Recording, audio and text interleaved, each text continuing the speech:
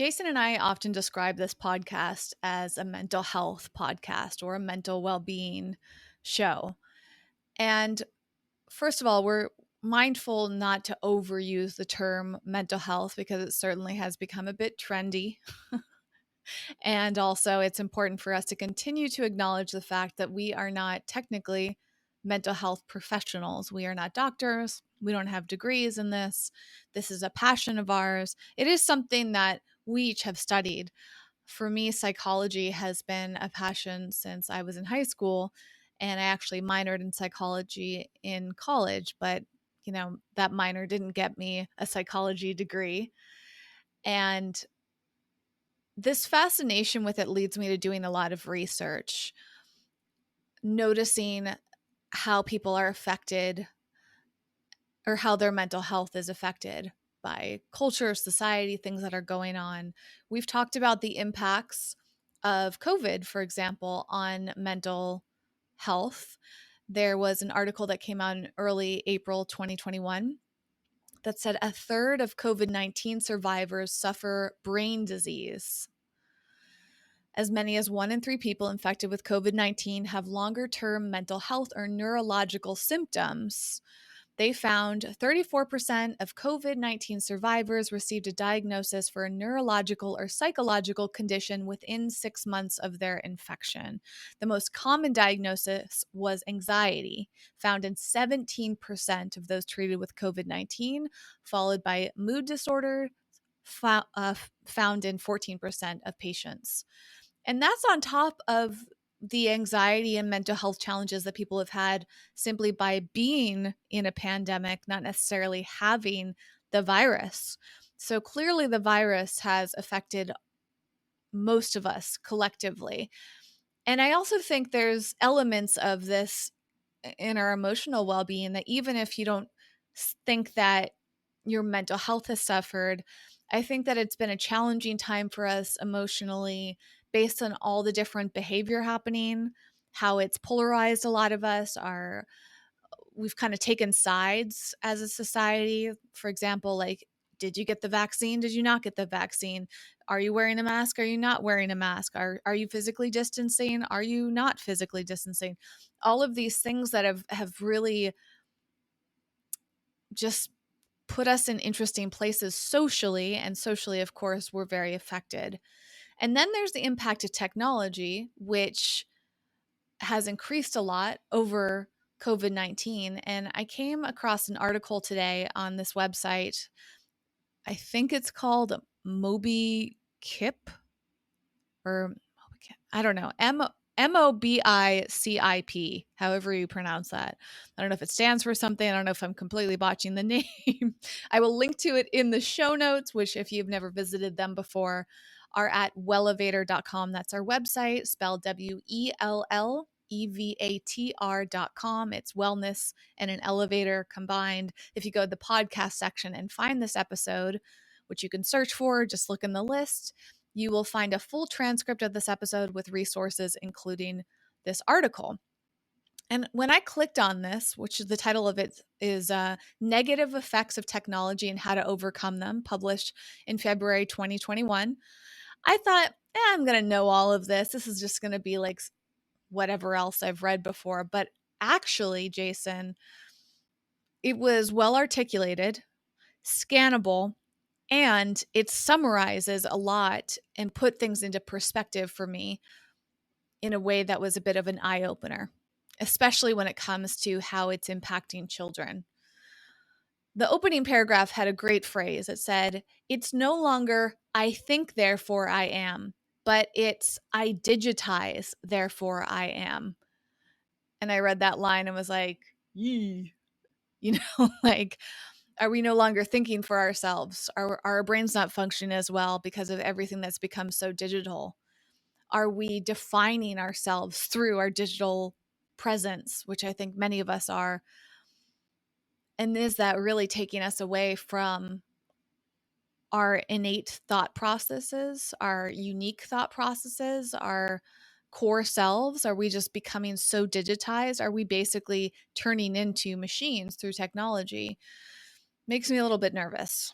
Then this article breaks down the impacts of health on our physical body, our mental health, our social health, our education, and our safety. And then it has some tips at the end about how to recognize technology addiction amongst youngsters. So it certainly can be a great read for parents, but I think that it's a great read for everybody. In the physical effects section, it starts off by saying that technology use has impacted our metabolic diseases like sedentary lifestyles, for example. When we're on digital devices, we reduce the amount of physical movement required to stay healthy. And we also might snack more, leading us to eat foods that maybe we don't really want or even need. Constant sitting also leads to back and neck problems.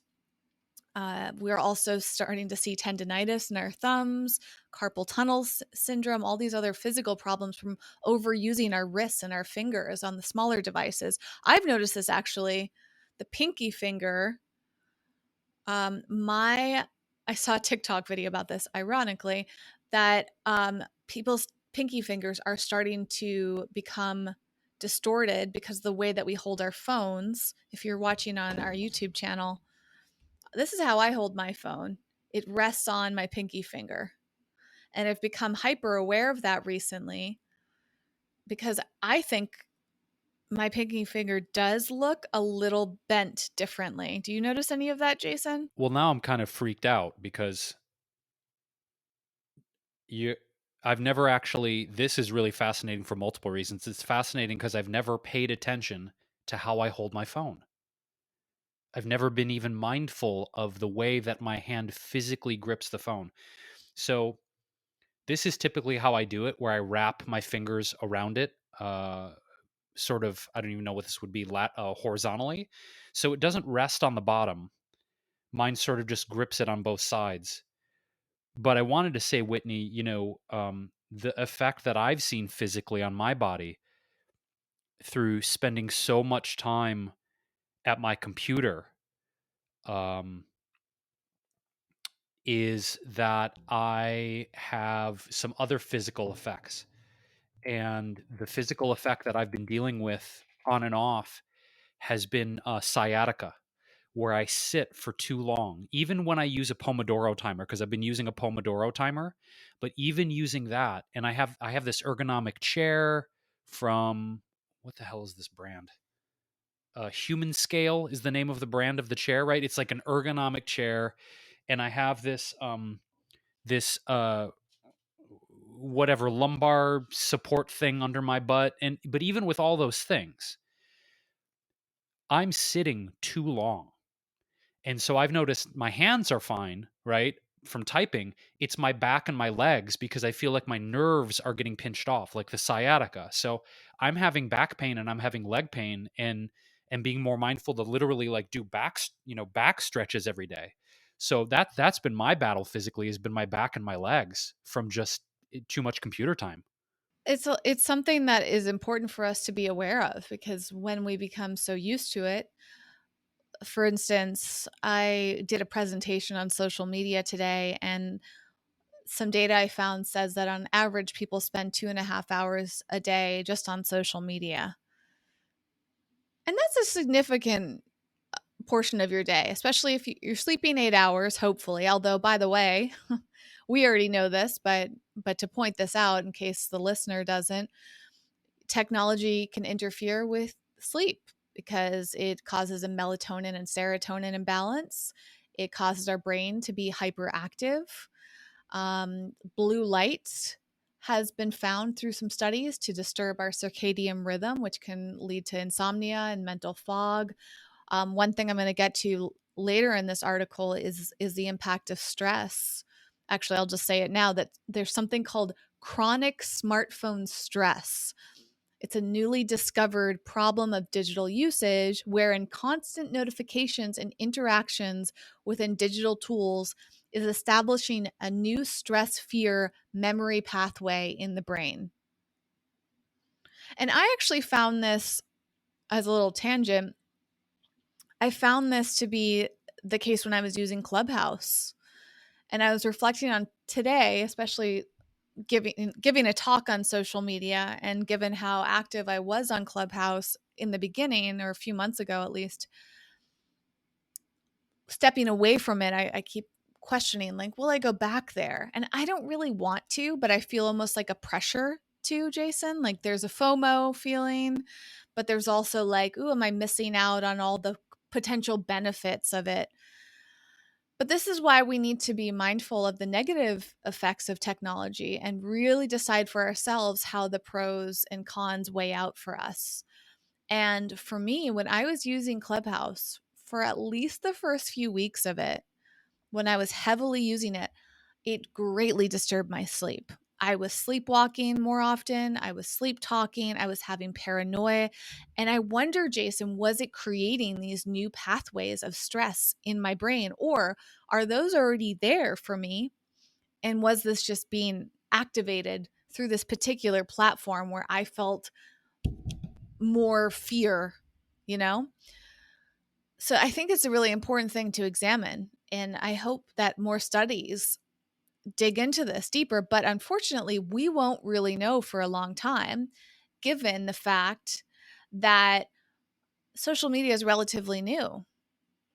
Like our heavy social media usage has not been around that long. And our computer usage has not been around that long. Really, in our lifetimes, Jason, we have seen a big development with smartphones. They weren't around when we were kids. Um, so the impacts, I don't think, will really be well known for a long time. And how much are we suffering and paying the price of something inadvertently? My response to this is slightly tangential, but I think it's related, Whitney, because what you're talking about is, sort of this hybridization of technology and humanity that continues to happen. Um, there are some people that are claiming that these smartphones and wearable technology is conditioning us to becoming, I've heard the phrase cyborg being turned around. And I was actually looking up something I wanted to reference to piggyback on what you're talking about. I feel like it's such a strange dichotomy, isn't it? Because the fact is, you and I are miles and miles away. We're recording a video and an audio podcast that can be shared with people literally all over the world. We have amazing listeners in places like Africa and the Middle East, and we love our non-U.S. listeners. And so it's, on the one hand, this increasing intersection of humanity and digital technology has tremendous benefits. We know of them. We don't necessarily need to recant the connectivity, the shareability, the distribution of content and music and movies. It really is incredible what we have at our fingertips. However, what I feel increasingly concerned with is this sort of singularity that's spoken of the merging of the biological with the technological. And I think that in the early days of this podcast, I mentioned a book that I had read years ago by an author named James Lovelock. He wrote a book called The Revenge of Gaia. And as a refresher, Lovelock was the first person that purported the theory. He wasn't the first person. I mean, if you look at ancient religions and spiritual traditions, they all had a form of this, but his framework on it was that Gaia, the earth, is a living, sentient biosphere. So he had an article, and by the way, I think James Lovelock just recently turned 100 years old, and they interviewed him, Whitney. And I wanted to just speak really quick on this interview that I found 2 days ago, because he talks about where he sees humanity going with all of this. And he said that he believes that we're on the cusp and we're entering something called the Novacene. And this is something that he says it's a new age of intelligent beings. He says, Hollywood has kind of filled our mind with images of these scary robots and Terminators and mechanical devices that follow from humans and take over the planet. But what he sees is that this new form of life is going to arise to regulate the climate and really kind of turn things around. He talks about it being an extremely crucial period for the cosmos. So the interviewer says, well, tell me more about these beings that are going to populate the Novacene, the next era of civilization. He said they will be biological entities, but he uses the term cyborg. But they will no longer use neurons, the nerve cells that carry signals in the brain, because the neurons that we have now are incredibly slow and inefficient compared to technology, right? So signals along our neurons in our human brains travel, I didn't know this, 10,000 times slower than those signals do across copper wiring. So he's saying, we'll be able to use our cleverness to assist this whole process. How there will be a switch from our brains to this sort of cyborgian, super fast technological response. So, he's talking about how this is like the next stage of our evolution, that like it or not, the emergence of us becoming cyborgs, he says, is kind of inevitable. It's like us coming into sort of like this godlike role that's going to increase communication, increase our brain efficiency, where we will be able to, he says, act and think, Whitney, 10,000 times faster than we do now. And I know you and I have talked about this in previous episodes with, our concerns or excitement about technology. Elon Musk has, his Neuralink where he's implanting these chips. And there was a video that came out 2 weeks ago of I don't know that I don't agree with this ethically, okay, but he had this video of this monkey playing a video game with its mind. How do I feel about that? I don't feel excited about getting a chip in my brain. I don't feel excited about being a cyborg. Maybe people are like, well, yeah, but what if you could think 10,000 times faster? What if you could do, and here's where the capitalist thing comes in. But what if you could work 10,000 times more efficiently? I don't know that I want that, Wit. I don't know that I care about working 10,000 times more efficiently. Yeah, and that's part of the challenge. It kind of reminds me of when I was growing up, this idea of the fountain of youth.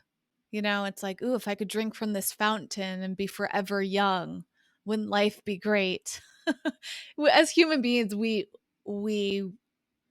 think we desire those things, and I believe it does come down to your beliefs, and perhaps you believe that youth is important or productivity is important. Perhaps you're the living naturally is not important to you. And I think that's part of our core values, Jason, is living naturally. We want to do things that don't feel invasive to our natural bodies. That's a huge perspective of ours, and others may feel very different. I imagine that most of the listeners of the show are in alignment with that, but certainly there are people that would rather get the perks of elements of life with while giving up the natural, you know, uh, giving up like part of their natural living. Like being natural doesn't matter. And of course, there's a huge percentage of the population that doesn't seem to care about that, right? Like they don't care about certain ingredients and man-made things going into their foods and the food production and GMO, genetically modifying things and all of that. And I think part of this is, Jason, that it's confusing. And if you have a lack of awareness and a lack of education, you're not even going to notice these things. Just like you didn't notice that your hands might be changing their shape because of your phone usage. It could be very subtle. And I think we're in this time where things are subtly changing. And are they purposely subtle so that we can be more easily manipulated or taken advantage of? Or is that just the way technology is? And then one day we wake up and it's like, oh, I have a chip implanted. You know, I don't know. And I think all of this stuff has pros and cons. And we have to ask ourselves why we want these things. And I think, at least in our lifetime, Jason, we're fortunate enough, it seems to me, that a good percentage of our population still wants to live naturally. And maybe, speaking of polarizing people, maybe there will be this big divide. And the people that don't mind embracing technology and AI and all of that stuff are going to go off in one direction, and the people that want to live more naturally go off in another. But then you have someone like me who really loves technology. I mean, I'm a big gadget person. I don't always buy the gadgets because sometimes the costs are high, but like I get excited about technology advances, and I drive a very tech heavy electric car designed by Elon Musk, and it's exciting to me. It stimulates me. Why? Well, because it can do all these things that are convenient, and I believe that it's better for the environment, and I believe it's very forward thinking, and like, it's protecting me. The safety side of the car is a huge perk to me, and camping in my car is fun, and having dog mode and all of these things, they're all convenient and fun. And I'm drawn to that, you know? So it's interesting for me how I'm kind of somewhere in between as usual. I'm in that gray area, but I lean a little bit more towards the natural way of living. And I think that we just have to be very mindful of these things. Going through that article I was mentioning before, there are a few other fascinating parts to it. One is that studies have found that children who overuse technology are more likely to experience mental health issues, including lack of attention, low creativity, delays in language development, delays in social and emotional development, and addiction to technology. And studies have found that it's actually increasing the chance of developing symptoms of ADHD, which has already been a challenge. I remember growing up, like ADHD was semi common. It was a term that we called it ADD back then, but like it was common enough that you knew about it. I imagine same with you, Jason. And I was hoping that people would work on it and we kind of figure it out. But like if technology is impacting it, if it was bad then before we had smartphones in our hands all the time, it's a little scary to think about this. I mean, I've been fascinated with this, and this is actually one of the bigger inspirations for this episode, which is something that I feel like we're only going to skim the surface on. And since neither of us are experts on this is something that I would like to bring someone else on to discuss. Is this term neurotypical, which I didn't really know about, and I just the word in general was fascinating to me. It means a normal brain, and there are a number of articles around this and how neurodiversity is often connected to things like ADHD and autism, Tourette's, and I don't know if they are more common or if just we have more awareness to it. But like I didn't really know anything about Tourette's, and I still feel really ignorant of it. I feel like I've only scratched the surface of what there is to know about ADHD and autism, and all of those things are developing. And I just found that term neurotypical really interesting, pulling this up, there are some definitions in one website. I think it's called divergent.com. The the term neurodivergent is used to describe a variety of conditions related to cognitive abilities, though more often people with these conditions prefer neurodiverse. It applies to conditions such as autism, dyslexia, attention deficit hyperactivity disorder, and obsessive compulsive disorder. Neurodiverse individuals often struggle with soft skills, especially ones that apply to social interactions. Unexpected physical behaviors like standing too close to someone or speaking too loudly occur for people on the autism spectrum. Self soothing movements like rocking or irregular hand movement may also be present. In Tourette sufferers, verbal and physical tics are the hallmark of this condition. And going back to that first article about the negative effects of technology, that was another thing here where there's a section about social health. And they found that replacement of real life interaction with online communication results in the loss of ability to read cues like facial expressions, body language, and tone. And that to me freaks me out a bit. I mean, especially because there have been lots and growing concerns about online bullying. And a lot of that is because online, we don't have the same cues. People often say, well, you probably wouldn't treat someone like this if you were standing in front of them. And part of that is because facial cues, body language, and voice tone convey a lot of information to each other as human beings. And online, when we read something, we can easily misinterpret it. And we can say something that can be misinterpreted by someone else, or we can just simply be cruel because we don't have that in person experience. So I think it's frightening that we're experiencing the loss in this ability. Like, what if some people are growing up with less emotional sensitivity? I mean, I think that's basically what they're saying. And also, the article says that educationally wise, the overuse of technology and the internet has adversely affected powers of analysis and critical thinking. So here we are with, you know, Gen Z and younger, like they've spent the majority, if not all of their life having access to these tools. And then parents, millennials and older, or older millennials and above, probably inadvertently are using technology for their kids because it's convenient, because their kids enjoy it. Like they, there's this big belief like, oh, it gives me a break. It's the only thing that calms my child down. It's the only way I can take a shower or whatever, and that self-care stuff. And I'm not a mom, but I have compassion for that. I imagine I would probably be tempted to do the same thing.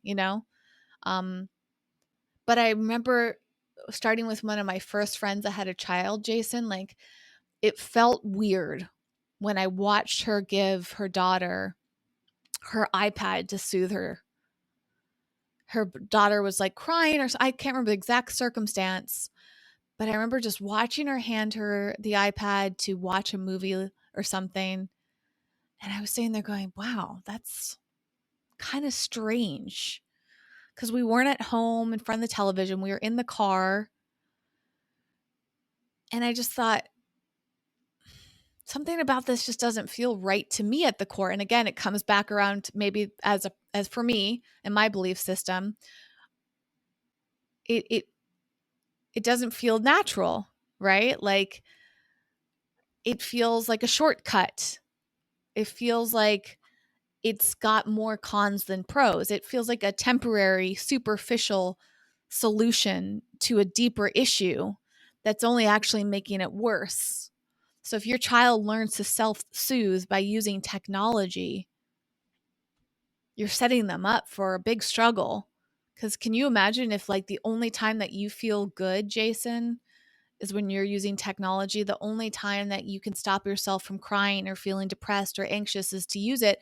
But yet at the same time, using technology is making all of these things worse.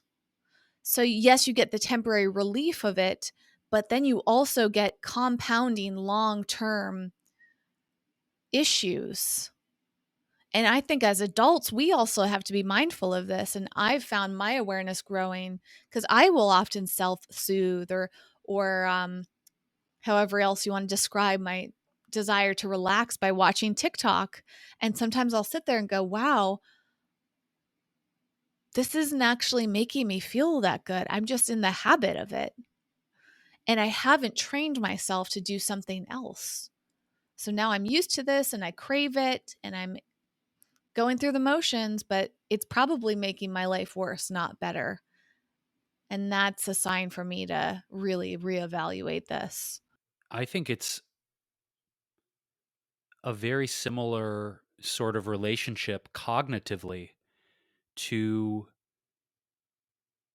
receiving a toy as a child to pacify one's mood, to receive candy or sweets, because I think you're spot on, Whitney. I think that what this starts to do is neurologically, cognitively train us to associate the distraction of online media, or as we get older and become tweens, teens, 20s, the approval and the validation of being on social media. I mean, it's an emotional pacification, no doubt, the same way like a toy was, or the same way candy was. And I'll even go on record to say that I think in many ways, if I look back on my childhood, pre video games, way pre social media, what did my mom do to pacify me? And I love my mother, Susan. She was doing her best, as I think all parents do. Okay, and I do mean that. But when I would kind of freak out, it was, TV, throw a tantrum and get a new toy, or throw a tantrum and get the food that I want. Now, what does this mean? I think it trains kids in that context, particularly, to think if I just go ballistic enough and learn to manipulate and control through chaotic emotions, then I'll get what I want.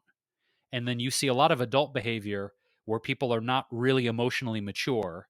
I mean, we see this in many examples of people doing the same sort of childlike behavior because they think it's going to give them what they want as adults. But the other thing, too, is I would say, Whitney, the contribution of pacification through material objects continues to reinforce a consumerist mindset of if I'm anxious, if I'm sad, if I'm worried, if I'm depressed, I just need to go buy something and I'll feel better. Why? Because that's what the fuck we did as children. We freaked out. We were having an emotional moment. We didn't receive the actual support we needed, but we got pacification and comfort in the term in terms of things. So again, as adults, then to your point, whether it's social media, digital technology, physical commodities, probably not food that's not great for us, then there's an association of that'll make me feel better. Well, it also is great for businesses because it means you're going to be a good obedient consumer and you're just going to keep buying shit. I mean, the prototypical framework of what do they call it? Shopping therapy, right? We see that being kind of passed around, Whitney, as being like a cutesy thing of like, oh, I just need some shopping therapy. I don't find it fucking cute. I think it's a continued reinforcement of like, I just need to go buy things. Retail therapy. Thank you. Shopping therapy, retail therapy. I just need to buy something to feel better. Well, does it really make you it makes you feel better for like 10 minutes. You wear your new dress. You got the new shiny car. Like, can we all just agree like that stuff doesn't really last? It doesn't really get to the heart of why we're feeling so bad about ourselves. It's temporary pacification, but it's great for business and it's awesome for a toxic capitalist structure. It's great for that. So to your point, we have to do better as adults, I think, when we realize that our mechanisms of comfort and emotional support are tied to digital distraction, extreme consumption of social media, uh, toxic retail therapeutic habits, and eating unhealthy food to make ourselves feel better. And I mean, I've done all those things. I felt bad, I go and buy something. I feel like shit, I eat a whole tub of ice cream. I mean, I've done this more times than I can count. But it's also realizing at a certain point in your life of it doesn't really work. It doesn't work. Yep. And I think that's why this hits us so hard and triggers us. It hits close to home because we've experienced this too. And I don't need to have children to care about the impacts that this is having on children and parenting. We've talked about this in at least a few episodes. How, after I watched the documentary Childhood 2.0, which we explored on another episode, if you want to listen to that, we will link to that in our show notes at wellevator.com, along with anything else we reference. We've had a number of amazing parents on the show too. So even though we're not parents, we bring on people that can give us their perspective and share the struggles. And I felt like it was my responsibility to be aware because while I might not be a parent, I am a digital content creator. And so I'm playing into the system. I can be part of the problem or I can be part of the solution. And if it's affecting me, I can only imagine how much it's affecting somebody that's not fully cognitively developed. One thing that I found super fascinating at the end of this article that I've been referencing about negative effects of technology is a term called phubbing. Have you heard about this, Jason? Phubbing. No. What is phubbing? Well, It's something that we've all experienced. It is the act of snubbing someone you're talking with in person, of favoring your phone. Quite simply, it stands for phone snubbing. And this is fascinating. I pulled up an article on healthline.com, which I will also link to in our show notes. And it talks about how phubbing interrupts your ability to be present and engage with people around you. And it has a threat to 4 fundamental needs, according to a study. The core needs being belongingness, self esteem, meaningful existence, and control.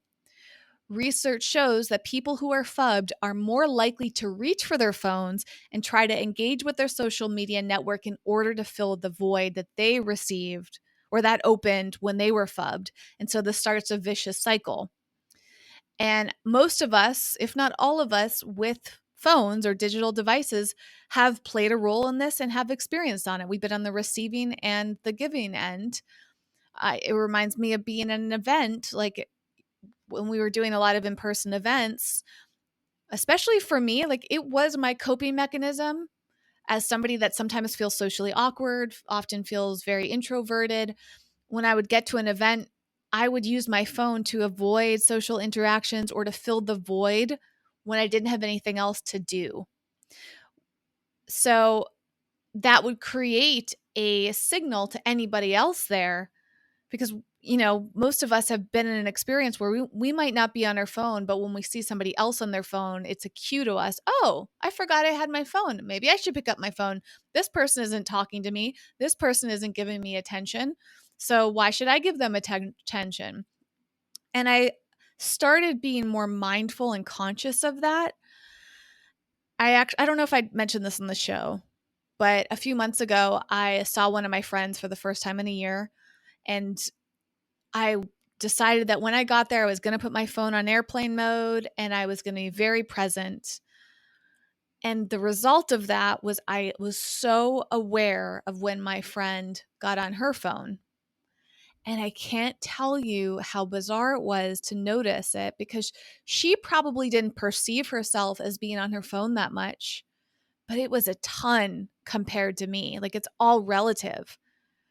If I had been on my phone off and on, it might not have seemed that much. It might have felt like, oh, I've only been on here a few minutes, but sometimes we add up the numbers.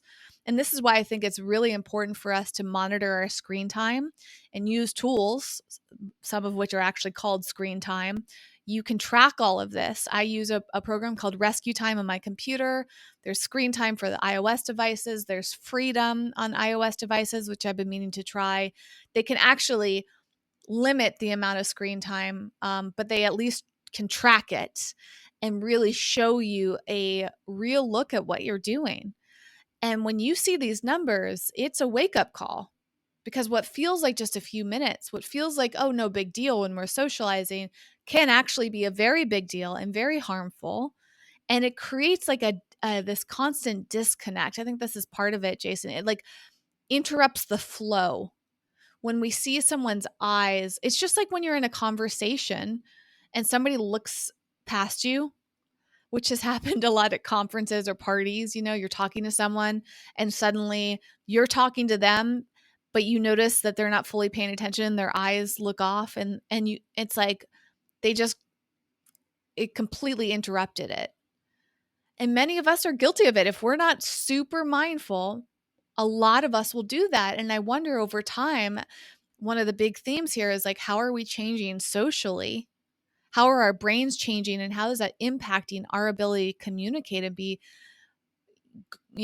social creatures? All of those little things add up and it breaks the present moment. It breaks the connection. It breaks the ability to show people that we care. And going back to these 4 fundamental needs, like it impacts our sense of belonging. It can impact our self-esteem. It has some correlation with our meaningful existence and control. And I haven't dug deeper into what those last 2 mean. And then to summarize with the phubbing, there's 3 ways that healthline.com recommends to stop phubbing. One is to make meals a no phone zone, which is something I'm working on. Two is to leave your phone behind. And three is to challenge yourself. These seem pretty obvious. There's also three ways to help someone else stop phubbing. And number one is to model a better behavior, which kind of goes to my point here is like you're giving somebody a cue. So if your phone is in your pocket, it's also a cue. Number two is to call them out. In fact, there's something called the Stop Phubbing campaign that can email a loved one a note about their behavior if a face to face conversation is too difficult or uncomfortable. That's interesting. It's actually stopphubbing.com. I got to go check that out. And then number three is to be sympathetic because phubbing isn't a real addiction, it's an impulse problem, according to this article. Impulses and learned behaviors take some time to break, so be patient and understanding, but be firm too. And then it links to some habit change books, and we've talked about some of these books on the show before. The link actually isn't working, but I guarantee Atomic Habits is on there, which is such an amazing oh my gosh, this is so funny too, Jason. I went to stopphubbing.com and this must be an old article because stopphubbing.com is now some like random site that must have bought the domain and it's got all of these random articles on it. So clearly the stopphubbing.com campaign was not that effective because it doesn't work anymore. So don't go to that domain. I'm laughing for so many reasons. Number one, because yeah, apparently people were not that passionate about it, I guess. But also, phubbing to me sounds like a lewd sexual act, and every time you say it, I get this imagery in my head. Um, so there's that. One thing I've always wanted to do, and I've never done, Whitney, on this topic of phubbing, and I again, based on my reaction, especially for the YouTube watchers, you clearly see I had no idea what phubbing meant. Um, I don't remember who proposed this. It was years ago, before this terminology existed, apparently. But their policy was anytime they would go out to dinner with a group of friends, or even a context of a lot of people, their policy was to, and their suggestion to others was to put the phones in the middle of the table, or if you go to a place like one of our most beloved restaurants in LA, Shojin. It's a vegan sushi and Japanese restaurant. They have little baskets that you put under your chair. So again, whether it's middle of the table or a basket next to the table, the suggestion was if you want to stop phubbing, get everyone's buy-in to put their phones in the middle of the table or in a basket under the table. And then prior to the conclusion of the meal, the conclusion being everyone pays and the bill is settled, whoever reaches and grabs their phone first for a non-emergency reason pays for the entire bill. I think that's a pretty cool way to get people to stop phubbing. And to be honest with you, whatever the next like major dinner is in whenever that's going to happen, God knows, I actually want to do that because my concern with for myself and for people I know is that in a post-COVID world, we are going to be so deeply enmeshed in this digital tech, even more than we were before, that my concern is people's attention spans are going to be even shittier than they were before COVID. And so I'm not going to be a dick about it, but I definitely want to be more mindful and encourage people to do the same. So I've wanted to do this for years, Whitney, and I've never done it. But I want to go on record publicly to say that, like, whether that's my birthday dinner, if that's a thing, whatever the hell the next, like, yay, 10, 12, 15 of us are getting together, I'm going to say it's my request. Everyone put their phones in a basket in the middle of the table.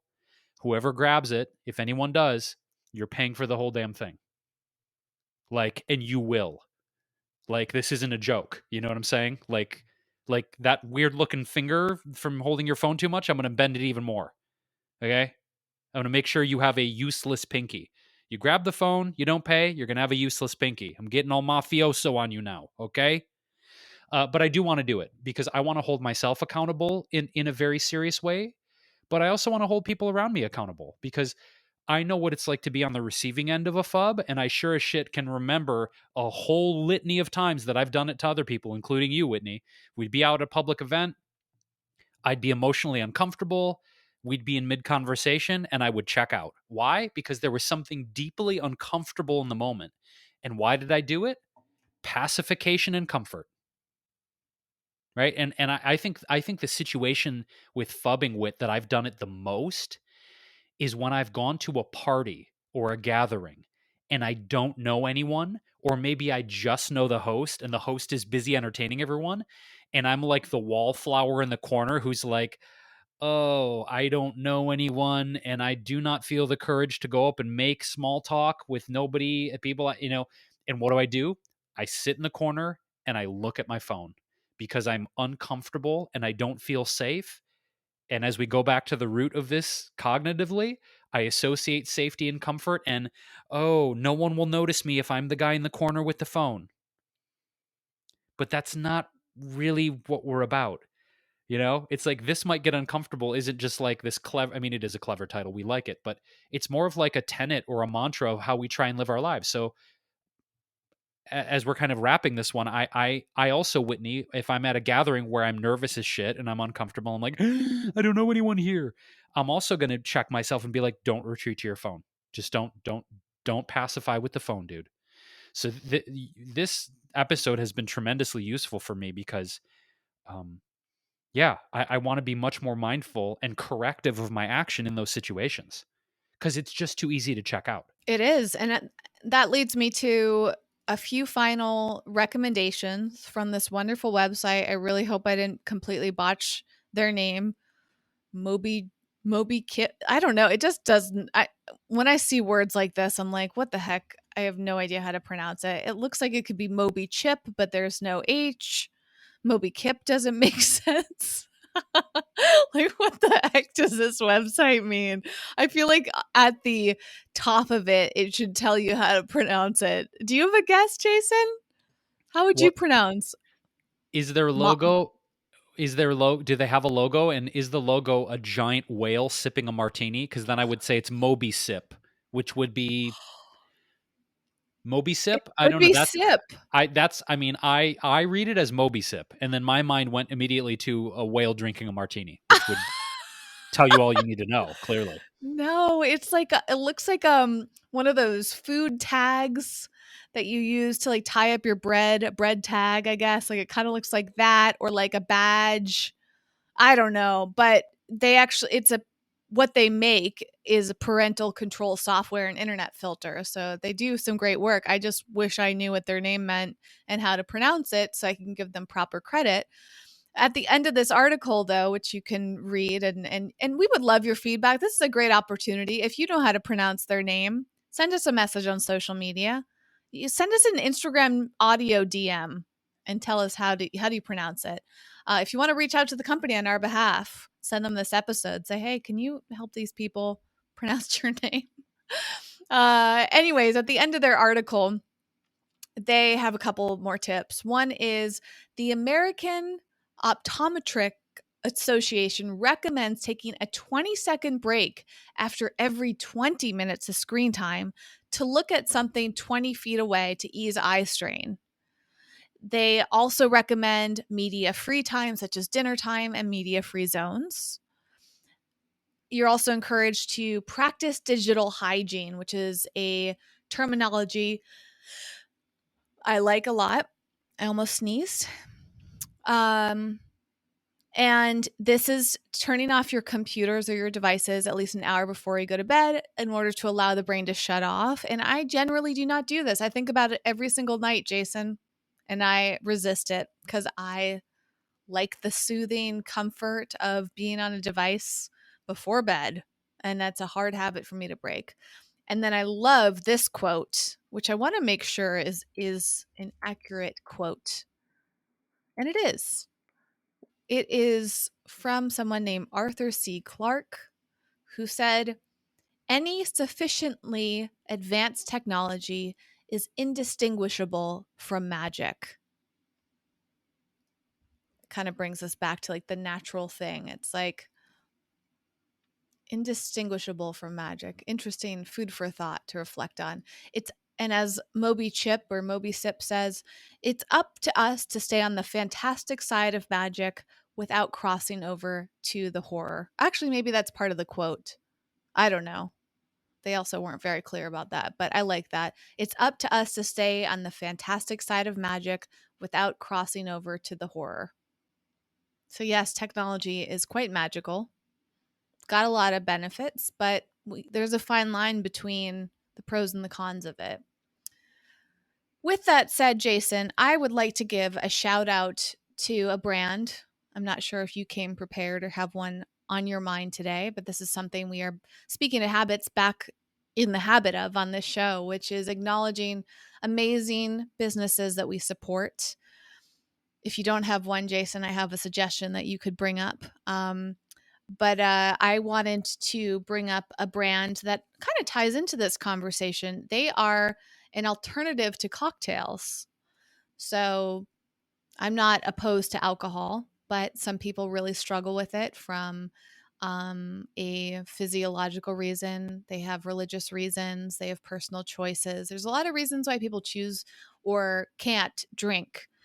And I became very passionate in 2021 about alcohol alternatives. I've enjoyed trying them. And one brand that I absolutely love is called Nope. I love their designs.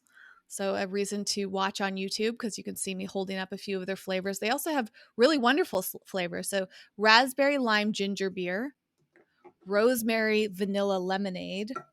So even if you're not like trying to replace cocktails, if you like drinks, they're still a lot of fun.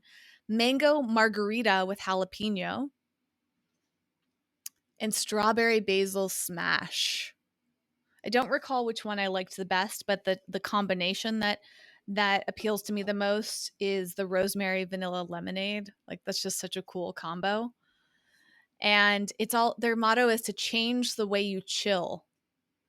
And I think that's really cool because, technology is a coping mechanism and so is alcohol. And a lot of us reach for alcoholic drinks without thinking much about it. We're in the habit of it.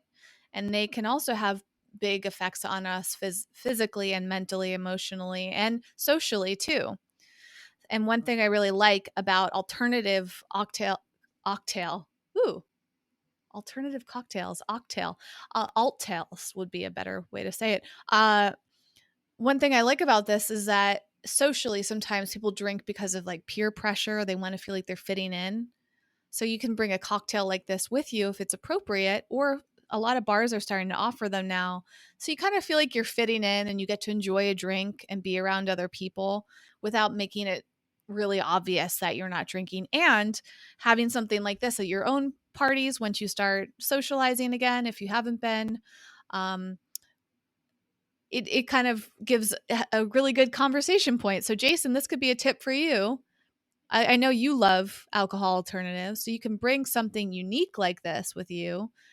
And instead of looking at your phone, you can just share a drink with someone or drink it, and someone naturally is going to come up and ask you about what you're drinking. And now you've got a conversation point that doesn't involve your phone whatsoever. So shout out to Nope. We'll link to them in the show notes at wellevator.com. Their website is drinknope.com, and that's also their social media. Very kind people, very passionate. So check them out. Jason, do you have a product that you would like to shout out before we wrap today? I do have a product, and it's also a preview of a future sponsor of ours. And I'm didn't intend on shouting them out today in this moment, but I have been dealing with really severe anxiety all day today. It's been very acute and particularly awful today. It's been really challenging. And one of the products that we have been using recently is this really wonderful CBD oil from a brand called Head and Heel. They're based out of New York. The hemp is grown in New York. They're a family run business, fully USDA organic. And look, we have been privy to a lot of CBD products and terpenes and THC and CBN and all the kind of fancy derivatives of the hemp and cannabis plant. This one really, really works. There are a lot of hemp products, CBD products I've tried. that I don't feel anything, right? The effects are dubious at best. If I take a dropper full of this, Whitney, I don't know if you remember years ago, there was a CBD product we took years back and we were at a trade show and we were like, well, let's see if it works. And mind you, we're at a public event with like, tens of thousands of people. And when it hit, it was like, okay, this works. I did this the other day. I started using this and I've been using it all day. Few drops here, few drops there for my anxiety. It works amazingly well.